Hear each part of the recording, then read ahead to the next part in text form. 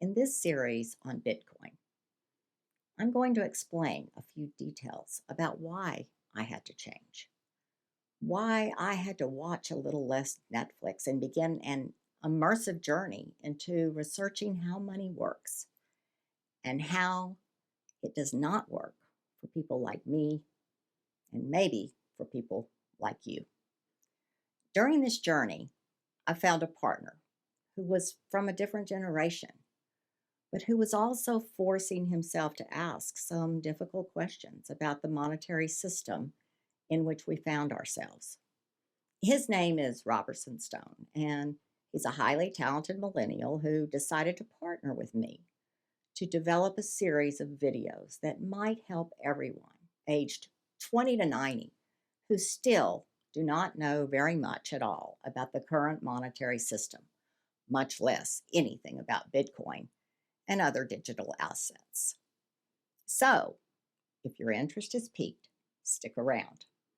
This first series is made up of 5 videos that are about 12 to 15 minutes each. Just watch one a day if you wish. We cover the definition of Bitcoin and the history surrounding its invention.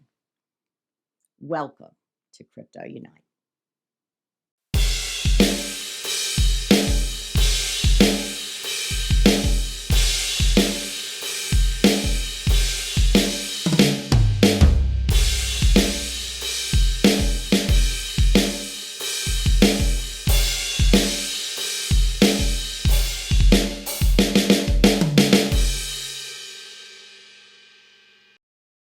With over 2 decades now under its belt, historical analysis of Bitcoin's evolution places it as one of the most startling examples of the old phrase, necessity is the mother of invention.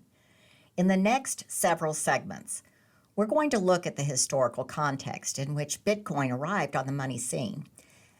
As you watch these segments, try to keep this necessity is the mother of invention phrase in mind. To understand the current monetary system, we start by taking a look back. And as we take that look back, necessity demands that we understand the concept of fiat money. Watch this. How much currency that has been sort of created out of thin air has been added into this economy through the Fed? What would you put as a figure? Would it be 6 trillion? Is that too much? It would be, 6 trillion in terms of deposits with the banks and currency.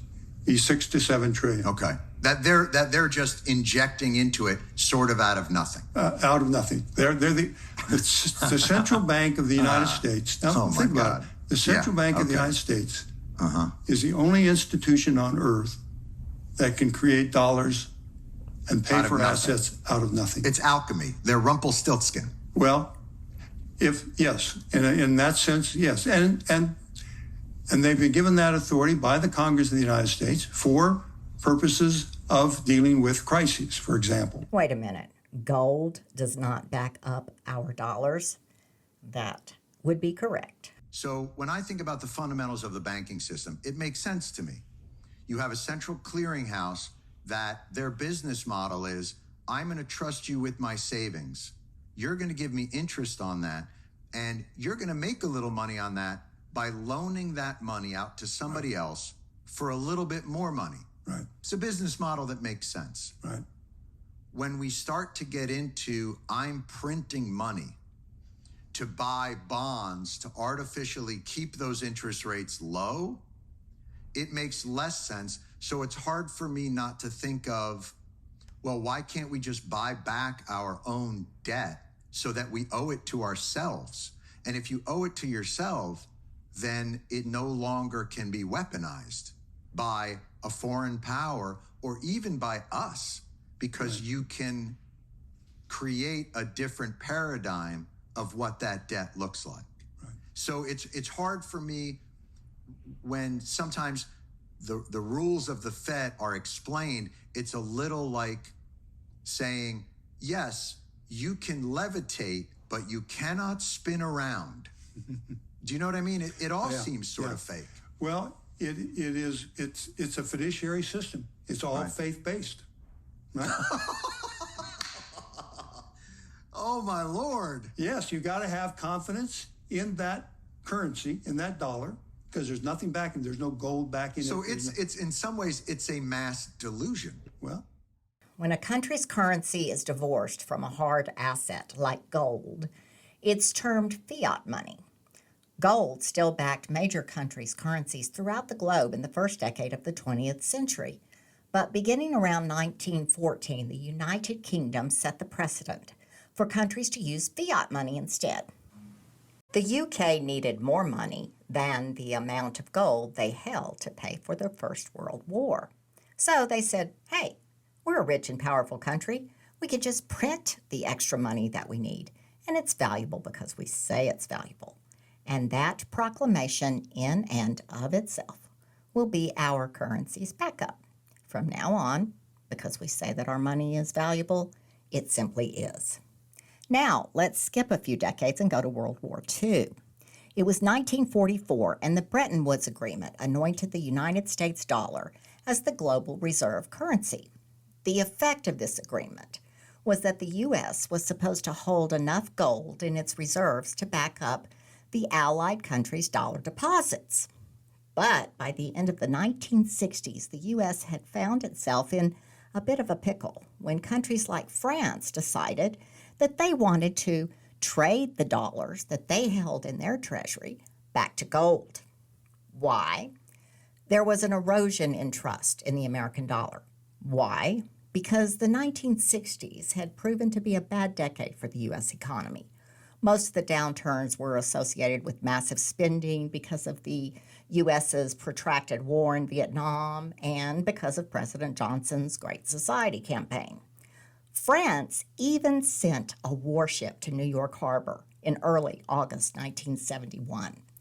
The ship was to bring back the gold to France that was supposedly being held in the New York Federal Reserve Bank. But when the new decade, the 1970s, arrived, U.S. gold reserves amounted to far less than the amount of dollars that had been distributed because of the excessive spending during the 1960s. If the U.S. paid France back in gold, then other countries might also ask to trade their dollars back for their gold and would essentially create a run on the U.S. central bank. So in 1971, President Nixon took the U.S. off the gold standard exchange permanently, which had the effect of announcing to the world that the dollar should be valued because the dollar had the backing of the United States government. Gold as the currency's backing was no longer in vogue nor necessary. Countries were to trust that American dollars were trustworthy simply because the United States government said so. And during the next 2 decades, every major country on earth followed suit. Fiat money, or money not backed by a hard currency, became all the rage. This move by President Nixon, the move to untether gold reserves from the dollar, propelled gold into becoming its own asset class, where it remains to this day. More and more people saw gold as a store of value. For some, trust in the currency, the dollar, began to slowly erode. For others, even if they still trusted the dollar, even though it was no longer tied to gold and was now simply a fiat currency, they saw it as an insurance policy. Gold became for them a risk-off asset. For these investors, gold was viewed as an asset protector, in other words. By 2019, there was growing evidence that investors also saw Bitcoin as a long-term store of value, and many within that group ended up replacing their gold for Bitcoin. Regardless of which asset these investors choose, both assets, gold and Bitcoin, are seen to this day as vehicles for holding long-term wealth.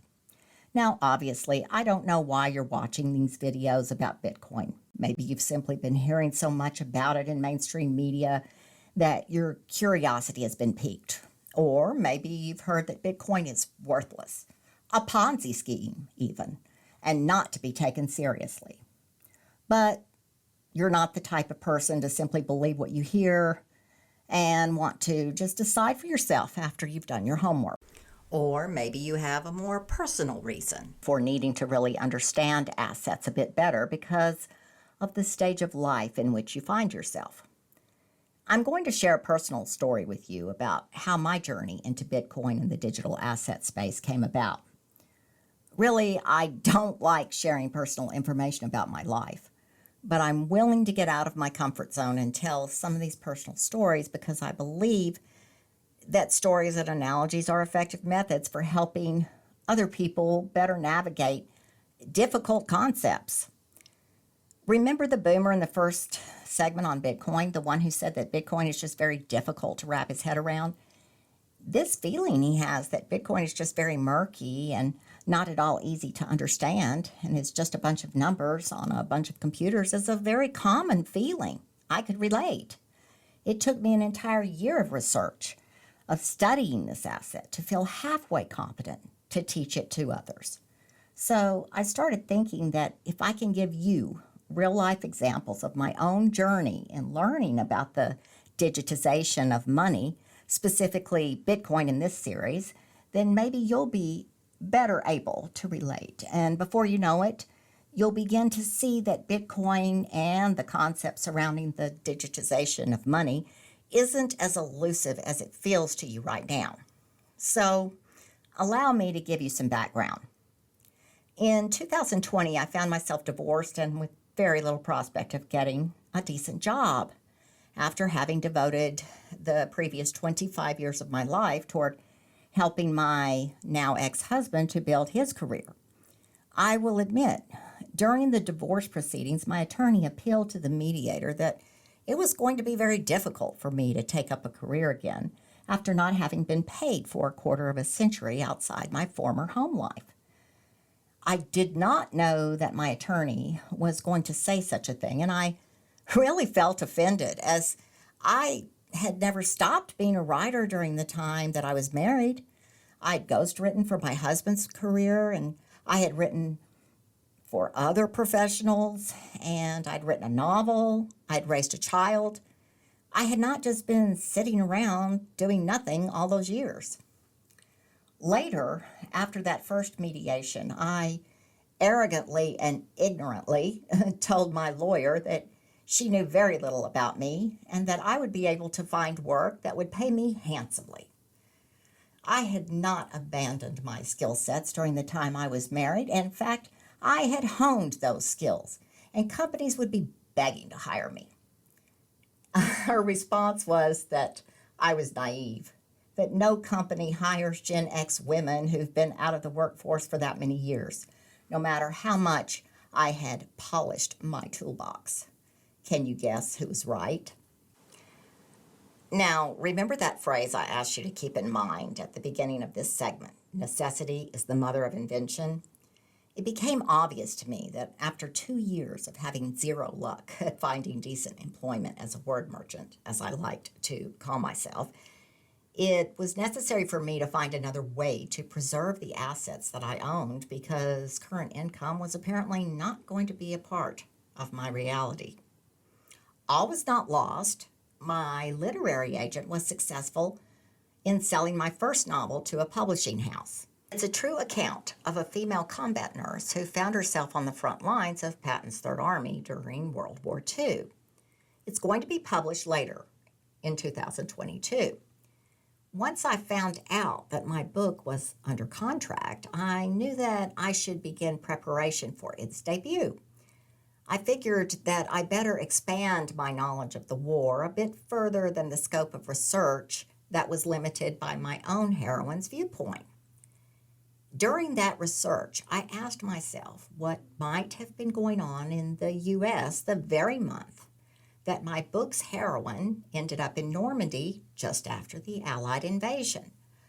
Lo and behold, I saw that in July 1944, when my American heroine hit the shores of Normandy, back in the U.S., diplomats and economists were meeting in Bretton Woods, New Hampshire.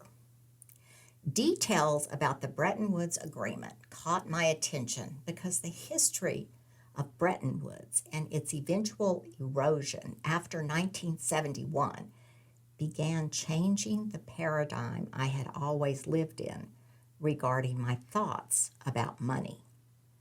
Since I had been so anxious about the fact that I had no current income, still 2 years post-divorce, money had been on my mind constantly. It was during this time that Bitcoin came on my radar. I began linking the connection between the history of fiat money that I happened upon by chance and this relatively new asset called Bitcoin. During mid-March 2022, we will explain a concept that you might think you understand, but unless you're a financial guru, we're betting that you don't. We're going to cover the properties of sound money. Can you name any of those properties? I certainly could not until I did my homework. So we at Crypto Unite will be explaining what sound money looks like, and we're going to explain in lay terms how blockchain technology is used to support digital assets like Bitcoin. One more thing. If you don't know how this thing called YouTube works, allow me to explain, please. My partner and I have sunk a massive amount of time and money into producing these free videos. It would be extraordinarily helpful if you could subscribe to our Crypto Unite channel. Even hit the like button if you learned a few things. And if you think that someone else in your life should watch our videos, just hit share to send the link. If we get enough subscribers, then a sponsor might help us by reimbursing the monies and time that we have spent bringing you free content on a subject that we at Crypto Unite believe firmly that you need to understand. My name is NCR Davis. My partner, Robertson Stone, and I thank you so much for watching.